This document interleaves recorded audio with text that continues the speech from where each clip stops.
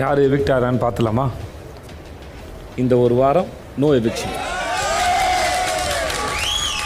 Big பாஸ்ல இந்த வாரம் நாமினேஷன்ல மொத்தமா 11 பேர் இருந்தாங்க. இந்த 11 பேர்ல சனிக்கிழமை எபிசோட பொறுத்த வரைக்கும் விஜய் சேதுபதி வழக்கம் போல யாரையுமே சேவ் பண்ணல. சோ இன்னைக்கு ஞாயிற்றுக்கிழமை எபிசோட பொறுத்த வரைக்கும் விஜய் சேதுபதி ஸ்டேஜுக்கு வந்துட்டு அந்த வீட்ல நடந்த எல்லா பிரச்சனையும் பத்தியும் திரும்பவும் பேசிட்டு இருக்காங்க. இதெல்லாம் பத்தி பேசி முடிச்சதுக்கு அப்புறமா பிக் பாஸ்ல உள்ள எல்லாருக்குமே இந்த வாரம் ஒரு சர்ப்ரைஸ் இருக்கு அப்படிங்கிற சொல்லிட்டு இப்ப பிக் பாஸ்க்குள்ள ஆதிரியை தான் திரும்பவும் ரீஎன்ட்ரியா உள்ள அனுப்பியிருக்காங்க. ஆதிரி வீட்டுக்குள்ள வந்ததுக்கு அப்புறமா அந்த வீட்டுல உள்ள எல்லாருமே நான் வீட்டுல இருந்து வெளில போனதுக்கு அப்புறமா யாரோட கேம் எப்படி இருந்தது, யார் யாரை வச்சு கேம் ஆனீங்க எல்லாத்தையுமே நான் பார்த்துட்டு இப்ப திரும்ப உள்ள வந்திருக்கேன். இதுக்கப்புறம் தான் நீங்க என்னோட கேமை பார்க்க போறீங்க அப்படிங்கிற சொல்லிட்டு இப்ப அவங்களோட வைல்ட் கார்டை ஸ்டார்ட் பண்ணிட்டாங்க.